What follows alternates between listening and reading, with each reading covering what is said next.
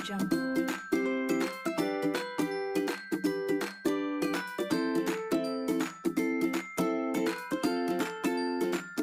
Audio Jungle.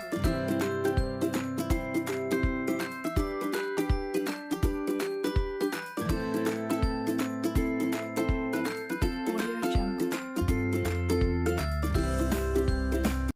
Halo, assalamualaikum warahmatullahi wabarakatuh. Apa kabar anak-anakku sekalian?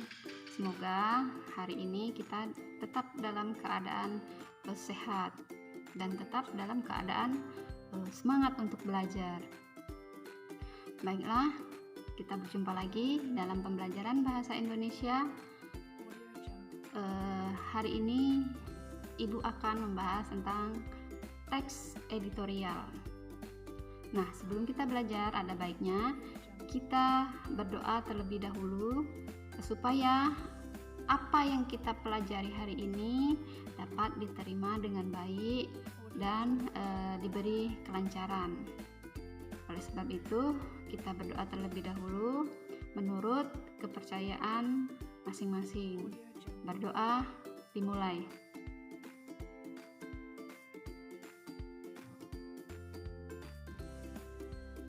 Berdoa selesai. Baiklah, kita sudah melakukan doa. Sekarang Ibu sampaikan KD dan indikator, kemudian tujuan yang akan kita capai dalam pembelajaran kali ini. Setelah Ibu sampaikan di awal tadi bahwa kita akan mempelajari tentang teks editorial. Apakah kalian sudah pernah membaca koran? Ibu yakin kalian sudah pernah membaca koran, ya. Nah, teks editorial ini biasanya terletak atau terdapat di media massa cetak, ya. Biasanya koran, ya. Kemudian majalah ataupun buletin, ya. Apakah ada yang sudah pernah membaca teks editorial? Oke, mungkin kalian sudah pernah, tetapi mungkin juga kalian tidak mengetahui bahwa itu yang kalian baca teks editorial, ya. Nah, oke.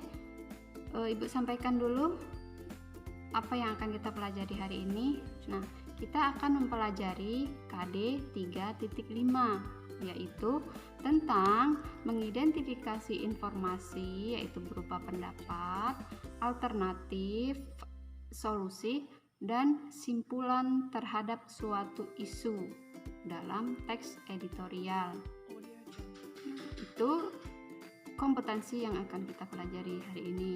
Kemudian pada kompetensi dasar tersebut terdapat dua indikator pencapaian kompetensi. Ya, yang pertama adalah mengidentifikasi isi dalam teks editorial. Kemudian yang kedua, membedakan antara fakta dan opini dalam teks editorial tersebut. Nah, kemudian dari indikator tersebut terdapat tujuan. Nah, jadi tujuan pembelajaran kita hari ini yaitu melalui proses pembelajaran materi teks editorial, ya, menggunakan model pembelajaran discovery learning, peserta didik diharapkan mampu mengidentifikasi isi dalam teks editorial serta mampu membedakan antara fakta dan opini yang terdapat dalam teks editorial. Nah, itulah tujuan pembelajaran kita pada hari ini. Baiklah anak-anakku sekalian, sebelum kita memasuki materi inti kita pada hari ini, ada baiknya kalian mengetahui terlebih dahulu apa itu teks editorial. Apakah ada yang tahu apa itu teks editorial?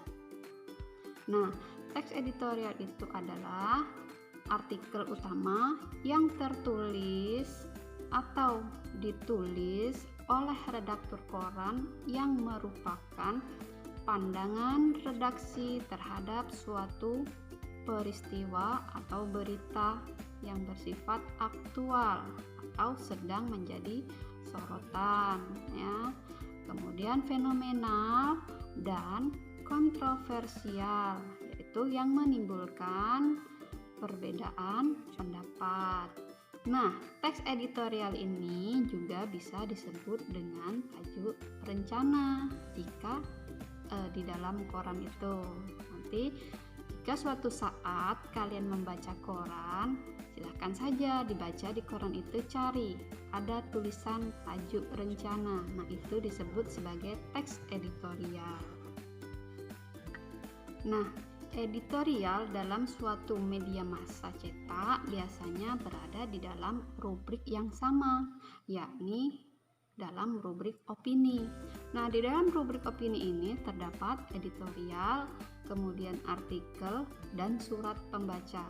Nah, ketiga ragam opini ini biasanya berada di bagian tengah surat kabar atau koran ya, atau bisa juga dalam majalah. Baiklah anak-anakku, masih semangat kan? Oke, sekarang kita lanjutkan kepada pembahasan kita untuk isi teks editorial, karena tadi kalian sudah mengetahui apa itu teks editorial. Nah, sekarang kita pelajari tentang isinya. Apa saja isi teks editorial itu? Nah, oke, kita bahas. Isi teks editorial itu yang pertama adalah fakta atau peristiwa aktual, fenomenal, dan kontroversial. Nah, fakta adalah hal, keadaan, peristiwa yang merupakan kenyataan atau sesuatu yang benar-benar terjadi. Dengan kata lain, fakta merupakan potret tentang keadaan atau peristiwa. Nah, oleh karena itu fakta sulit terbantahkan karena fakta itu dapat dilihat, kemudian dapat didengar atau diketahui oleh berbagai pihak. Namun, fakta bisa juga berubah ya jika ditemukan fakta-fakta baru yang lebih jelas dan akurat. Nah, fakta yang disajikan dalam teks editorial berupa peristiwa dan data-data terkait dengan peristiwa yang sedang dibahas. Nah, kalimat yang mengandung fakta biasanya disebut dengan kalimat fakta. Nah, kemudian selain menyajikan fakta, teks editorial juga dilengkapi dengan opini atau pendapat redaksi terhadap peristiwa tersebut ya. Nah, jika fakta tadi tidak terbantahkan, maka opini sebaliknya justru bisa diperdebatkan. Nah, itulah isi dari teks editorial. Nah, sekarang kita bahas apa itu fakta dan apa itu opini. Karena apa? Karena dalam teks editorial tadi berisi tentang fakta dan opini. Nah, sekarang yang pertama adalah fakta. Apa fakta itu? Tadi sudah sekilas dibahas ya, bahwa fakta itu adalah hal, keadaan, peristiwa yang merupakan kenyataan atau sesuatu yang benar-benar terjadi. Kemudian opini. Opini itu sebuah pendapat atau sebuah pikiran. Nah, di dalam teks editorial dapat berupa penilaian, kemudian kritik, kemudian prediksi atau dugaan berdasarkan fakta empiris. Nah, atau bisa juga berupa harapan dan saran penyelesaian masalah. Nah, itulah fakta dan opini. Nah, Ibu rasa kalian juga sebenarnya sudah paham apa itu fakta dan apa itu opini. Nah, sekarang kita bahas contoh mana yang berupa kalimat fakta dan mana yang berupa kalimat opini. Nah, ini Ibu berikan contoh ada 3 kalimat. Nah, di sana ada 3 kalimat. Nah, nanti silahkan kalian lihat mana yang fakta dan mana yang opini, karena kalau dilihat dari bentuk kalimatnya kalian pasti sudah tahu mana yang fakta dan mana yang opini. Oke. Nah, sekarang kalian bisa baca sendiri dan ini perhatikan bisa ya.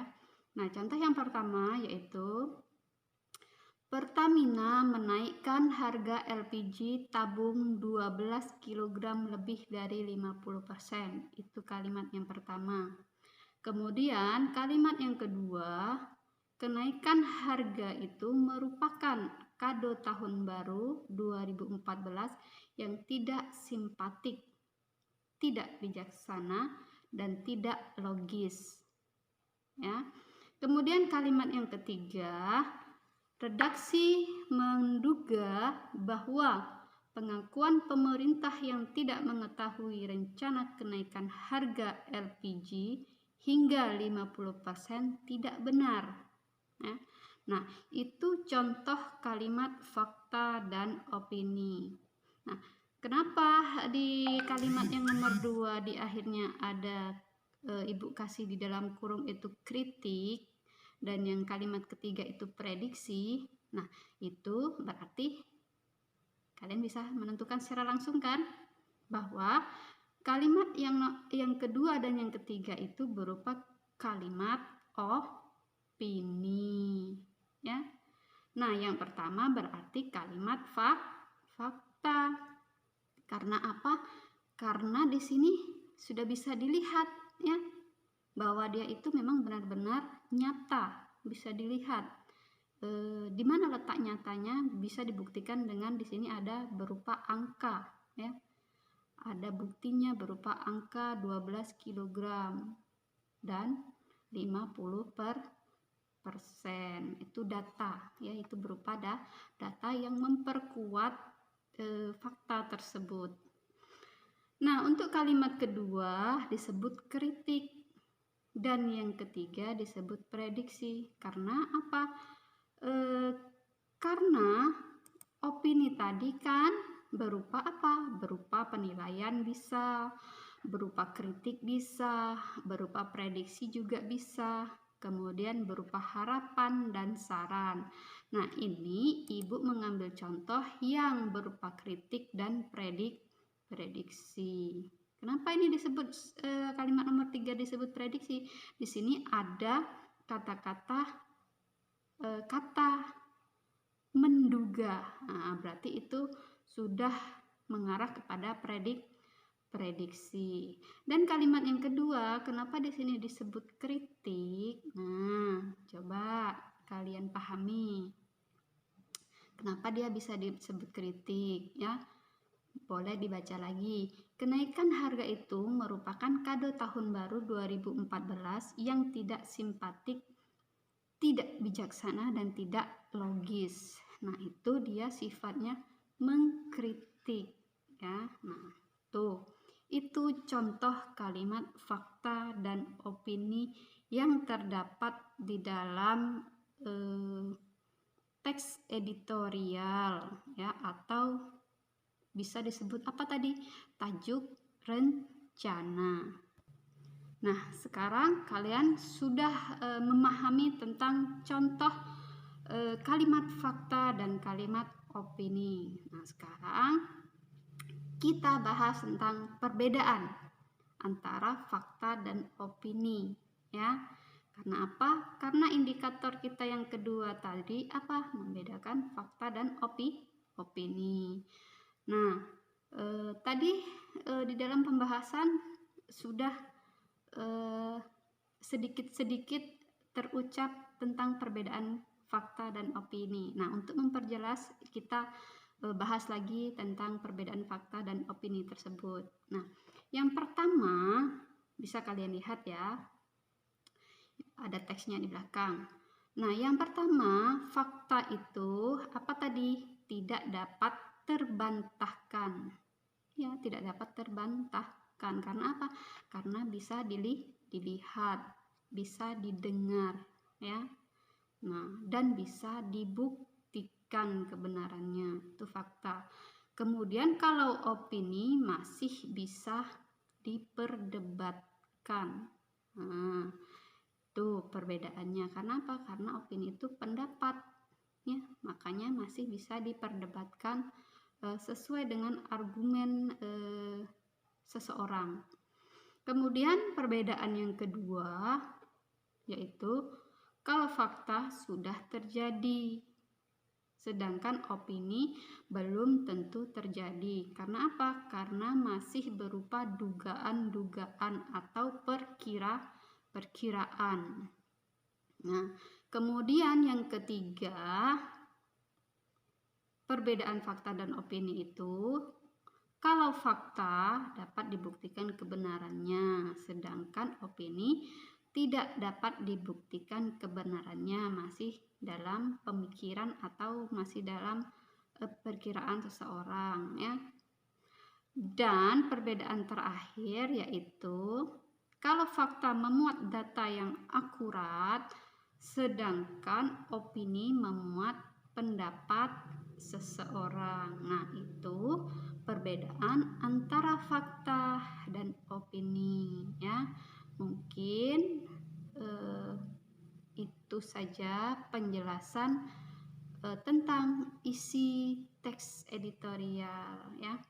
Mudah-mudahan apa yang Ibu jelaskan pada hari ini dapat diterima dan dapat membantu kalian dalam kegiatan belajar bahasa Indonesia.